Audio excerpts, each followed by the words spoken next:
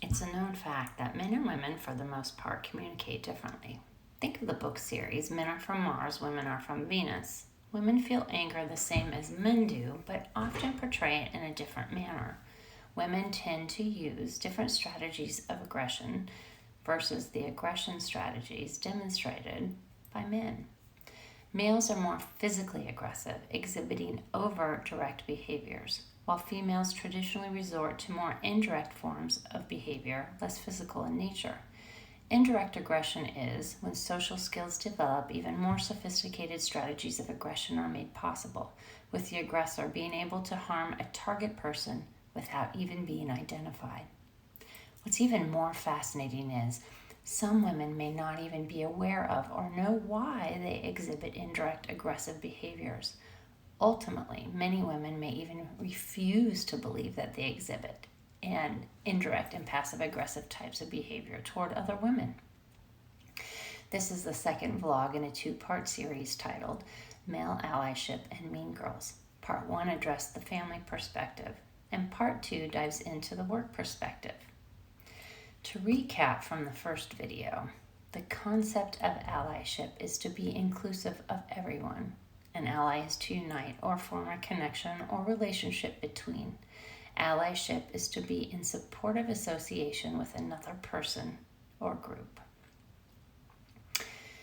Female rivalry on its own is a big deal, but when it hits the workplace, it escalates to a whole new level.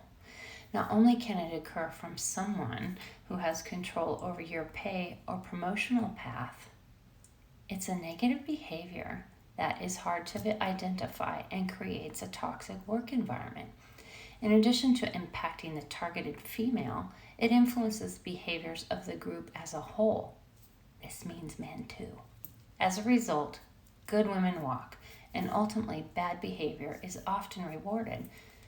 Female rivalry is one woman minimizing another woman so they both feel smaller than they really are. Female rivalry hurts individuals, teams, and organizations. A toxic work environment is no place for great workers. They just don't survive. An organization's culture can foster aggression, competition, and rivalry. Likewise, it can promote solidarity and trust. The crux of female rivalry behaviors in a working environment is negative organizational culture and a lack of psychological safety. Female rivalry is an outcome of these larger issues. So how does male allyship and mean girls come into play? According to a 2021 study, women who believe they have stronger allies at work feel a greater sense of inclusion and more energy and enthusiasm on the job. Allyship is important in making sure that everyone is not only invited to the table, but is also heard, acknowledged, and recognized for their contributions. As quoted in a 2018 HBR article, evidence shows that when men are deliberately engaged in gender inclusion programs, 96% of organizations see progress, compared to only 30% of organizations when men are not engaged. Women feel alone when they experience female rivalry. When it happens at work, there's a lot of fear and doubt of who to trust or turn to for support. There's also a lot of shame associated with this behavior. Shame that she didn't stand up for herself, that she let it happen, and that she lost her voice. Here are some tips for men to engage and be better allies to women at work. Speak out. Let people know you're an ally.